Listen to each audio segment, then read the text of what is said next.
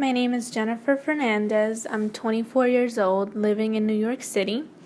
I am a U.S. citizen, and on May 20th, 2014, I was a victim of a home raid by U.S. Immigration and Customs Enforcement.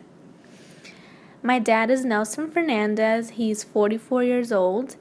He is originally from the Dominican Republic, and he immigrated to the United States in 1988. On the morning of May 20th, 2014, at about 6:50 in the morning, we received a knock on the door.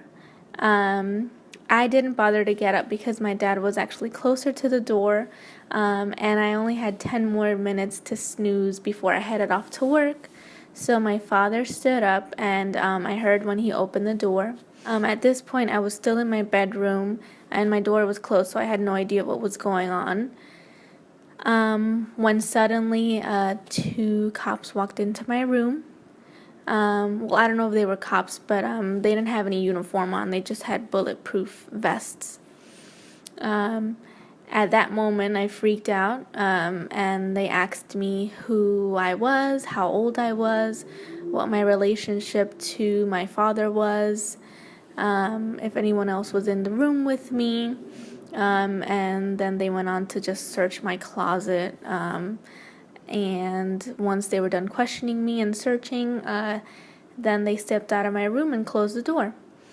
At which point I stood up because I was obviously confused and overwhelmed and not sure what was going on. So I quickly got out of bed, opened the door, and once I opened the door, I see 6 officers in my home, with the addition of the woman who was the person that spoke to my dad in the beginning. And I start to panic and wonder what's going on. When I head out to the living room, I see that they're questioning my father, at which point the woman that spoke to him at first came up to me, and she said they needed to take my father downtown to Varick Street. There was a warrant out for him. They don't know why, but they needed to take him down to sort that whole process out. I did continue to ask why, and but she just continued to say they didn't know that that's why they came and they had to take him downtown.